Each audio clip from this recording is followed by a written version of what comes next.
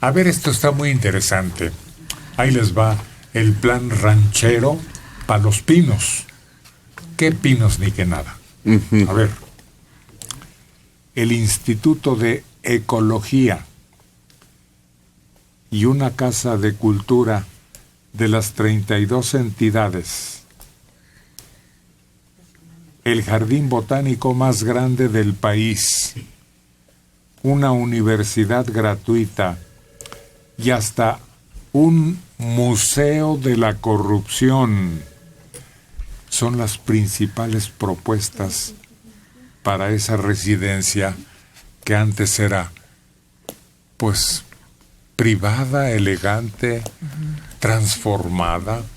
Yo no sé si se acuerdan, en sus memorias hay un presidente que dijo: al día siguiente yo y mi hijo nos fuimos a dormir ahí. López Portillo. Tal era su ambición. Y hay que recordar que anteriormente los meros meros en este país o estaban en Palacio Nacional o en el Castillo. En el Castillo Chapultepec. Entonces ahí hubo algunas actividades para ordenar a toda la nación. Después llegó un presidente que, viniendo de un lugar que le recordaba en su tierra y su terruño ahí, en su patria chica, Los Pinos, mandó construir esa residencia y oficinas y todos los servicios de comunicación necesarios. Lázaro Cárdenas, pero de Porfirio Díaz al anterior a Lázaro Cárdenas estuvieron despachando en el castillo de Chapultepec. No, en Palacio. Y luego cada presidente llegaba y ordenaba. No todos se fueron de inmediato, algunos se quedaron en su lugar de residencia común y poco a poco le fueron haciendo transformaciones porque cada sexenio algo tenían que cambiar. Sí, ahí en el castillo de Chapultepec hay una estatua a Lázaro Cárdenas que dice el presidente Lázaro Cárdenas dedicó esto, que era la residencia oficial, para Museo de Historia de México. Hay una gran estatua que hay ahí. Sí, y pues él se pasa a Los Pinos, que era una residencia sencilla, una casa grande, pero sencilla, rectangular. No, lo que pasa es que ahora le han agregado 1000 alas y dependencias y sótanos y demás. Entonces todo un complejo, lo que es Los Pinos. Ya no es aquella residencia de arquitectura tradicional que había. Yo recuerdo una anécdota muy curiosa de una vez que censuraron al presidente porque tenía detrás de él a un tirano banderas. Y amaneció un letrero en un muro que decía: aquí vive el presidente. ¿Te acuerdas de la continuación? Sí, el que manda vive enfrente.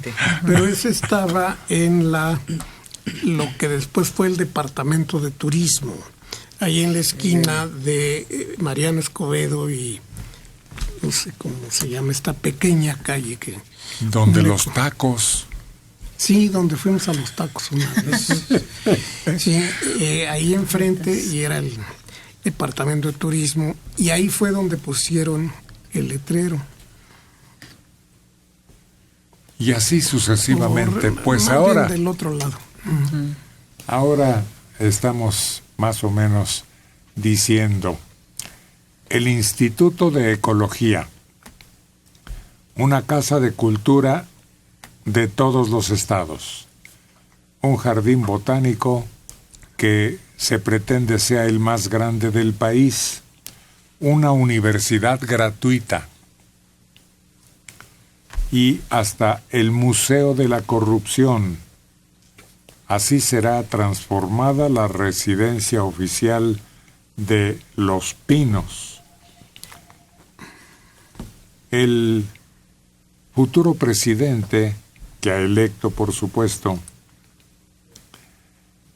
desde Lázaro Cárdenas hasta el actual, era donde despachaban. Y había una serie de eventos y actividades y movimiento, generalmente los 365 días del año.